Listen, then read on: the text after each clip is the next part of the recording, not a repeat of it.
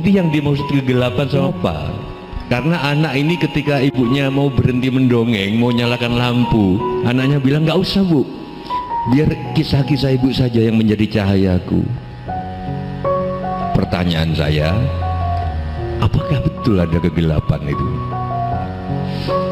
Saya beruntung malam ini ada Mas Agus Sunyoto, ini guru saya, hampir seluruh bukunya saya baca, buku beliau, mulai dari Sastra Jendra Yuningrat tentang Kiai Gila, Kiai Sudrun, Suluk Syekh Abdul Jalil, 7 bab itu Dajjal, data-datanya lengkap. Saya kadang-kadang malu sama beliau, wong desa kok ngene iki. Tenan. Ini menunjukkan bahwa wong desa, aku pernah sowan ke pondok pesantren ini, desa Malang, tapi Malang coret itu.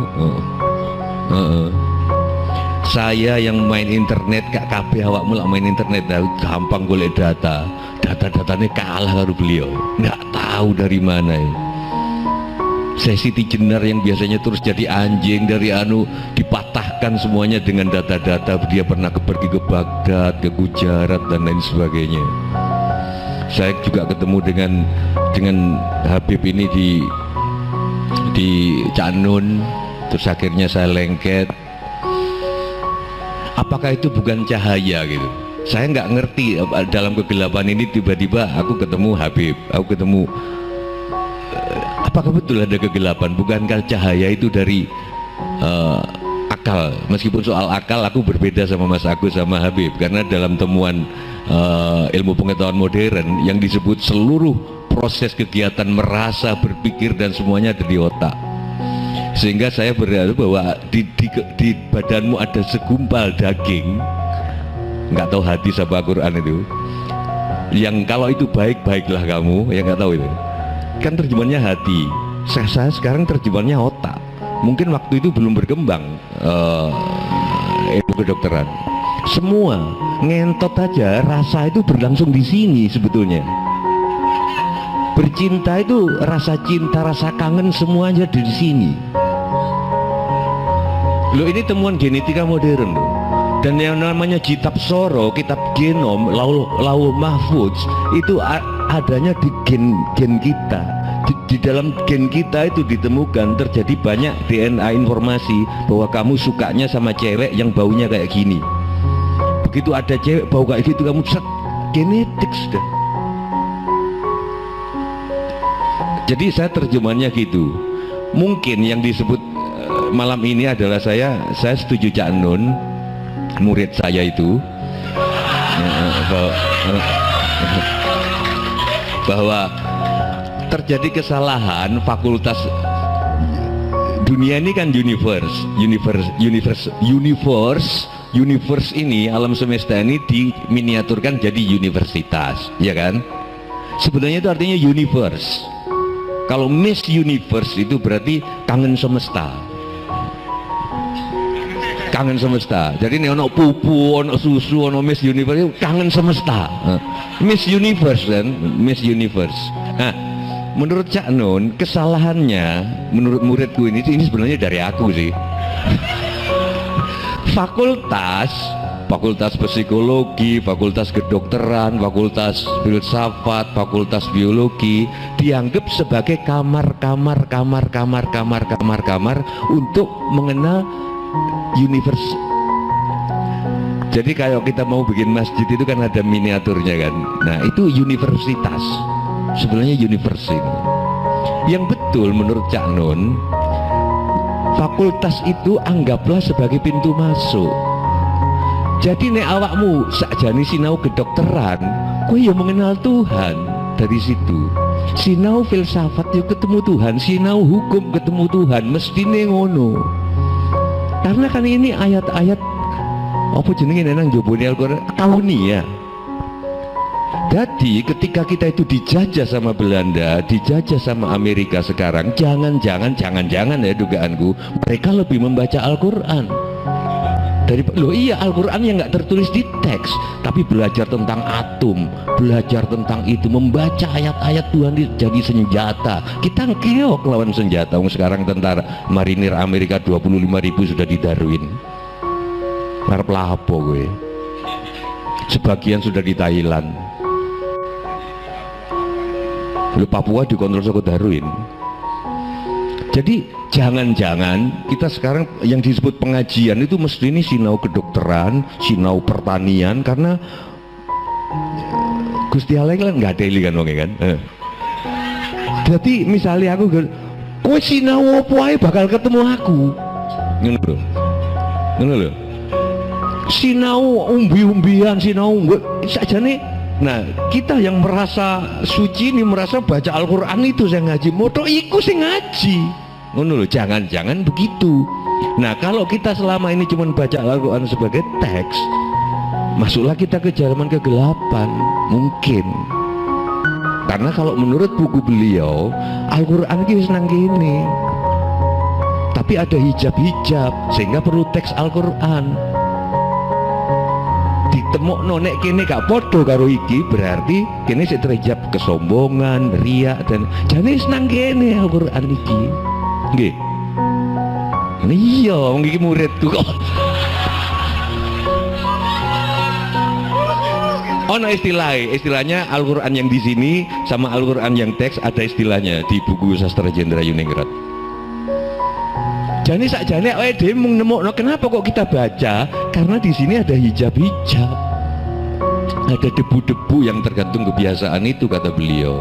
Biasa goro, biar nggak ketoro sehari goro, 2 hari goro, 3 hari. Nah terus saya soal kegelapan. Jadi kok nggak ada kegelapan bagi aku loh, karena nek kene peteng ini ndedet kok ngene lelimengan kene sing nerangno iki dongeng. Kisah tentang warna-warni, ada yang putih dan yang kelabu. Menjelang usai ibunya bersenandung, beranjak kembali gelap gulita. Kok kano ya sing peteng ya? Mungkin menurut istilahnya Habib tadi, yang karena dicahayai akal. Jadi kalau sampean tadi bilang ada kegelapan seperti itu, mana yang lebih utama? Sekarang kegelapan nggak di Indonesia ini? Wong nek arep dadi anggota DPR mesti masang titel. Mongko kehidupan ini luas, jadi anggota DPR itu luas cakupannya, nggak ono sekolahan nih. Bondone intuisi, seperti yang Mas Agus tadi bilang, di atas akal itu intuisi. Tapi kenapa kok arep dadi anggota DPR kok doktor, insinyur, haji? Coba ya.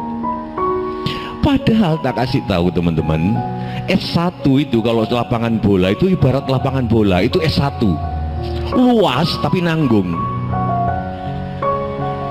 Tapi luas lapangan bola itu S1. Mongko kehidupan itu di luar lapangan bola lebih luas lagi. Nah S2 itu kotak penalti itu loh, lebih sempit lagi ilmu, iya, tapi lebih tajam. Nah dokter itu titik penalti itu kecil, lebih sempit lagi, tapi kecuali nek sing nendang aku loh ya. Nah sekarang kok pertanyaanku, jadi presiden, jadi bupati kok sik masang dokter? Dokter itu tingkatannya staf ahli, dan dokter itu seperti SIM, izin untuk meneliti. Saiki dokter itu biasanya disertasi itu menjadi karya terakhirnya. Jadi berarti wis menggak-menggo wolu wis rampung, wis di SIM dokter wis, tapi gak nanti nyetir. Kan rada asu itu. Nah tapi gimana nggak kegelapan ini diperkaya oleh kita, nggak sadar bahwa kalau kita milih anggota DPR harus yang dokter. Kalau sekolah nih gue kelas staf ahli, pemimpin itu ayo dokter pertanian. Oke, ngomong soal pertanian, satu sektor kan menurut Habib tadi, satu sudut pandang. soal mencuri tadi loh, dari sudut pandang mencuri ini dari satu sudut pandang yang sempit itu tapi tajam. Oke, dari keamanan misalkan dia sarjana pertahanan, oke, ngomong doktor di titik itu. Oke, dari kesehatan ngomong, oke, dari oke, terus aku sebagai presiden cek sendekku manteng, intuisiku, keputusanku ini enggak oleh sekolahan nih, karena di kehidupan itu yang membuat kita bodoh akhirnya. Menurutku ini kegelapan, tapi nggak bisa disalahkan karena rangkaiannya panjang. Universitas kon golek duit dewe, akibatnya apa? Harus buka program doktor. Program doktor ditawar-tawar no, UGM nang kabeh nawarno nang daerah-daerah itu, nggak bikin asrama sendiri kan di kampus-kampus sekarang tumbuh. Jadi ini memang sudah kegelapan. Mestinya orang yang mencari ilmu itu tujuannya untuk staf ahli sama peneliti. Jadi kalau aku jadi KPU dilarang masang gelar, ya nggak relevan itu. Begitu kamu pengen jadi dosen harus gelar dipasang. Banyak sehingga orang ngejar gelar nggak seperti tujuannya, Habib. Datanglah ke masjid ini, khotibnya haji ini, doktor ini, apa hubungannya? Dia doktornya ilmu pesawat kok. Loh, dia suruh khotbah tapi dokternya nggak ada hubungannya. Enggak, maksud ini banyak kegelapan-kegelapan seperti ini. Terus ujian nasional sekarang sudah berkembang ilmu statistik. Apa sampean kira nek kon kuwi ngitung kabeh seluruh kotak suara? Enggak kan? Ada ilmu statistik. Oh, sana kecenderungan, aku nggak ngerti ilmunya, tapi ada ilmunya. Cukup beberapa titik aja, misalkan 2000 titik di Indonesia. Pakai ilmu. Ketepatannya mendekati.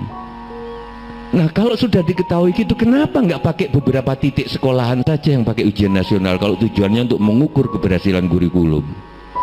Nggak semua Indonesia jadi ujian nasional. Karena yang berhak menilai murid adalah guru.